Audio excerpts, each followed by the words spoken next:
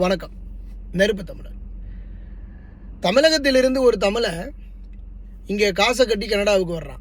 வரும்போது ஏர்போர்ட்டில் அகதி கொடுக்குறாங்க. அகதியை கொடுக்குறோன்னு சொல்லி இங்கே வந்து உட்காந்துக்கிறான்.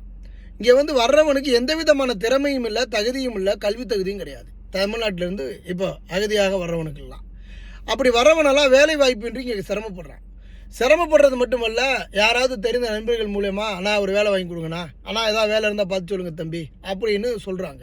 அப்போ சொல்லும்போது நம்ம ஒரு நாளைக்கு எத்தனை பேர்கிட்ட பதில் சொல்லணும் தெரியுமாண்ணா? எத்தனை பேருக்காக நான் வேலைக்கு முயற்சி பண்ணுறேன் தெரியுமா?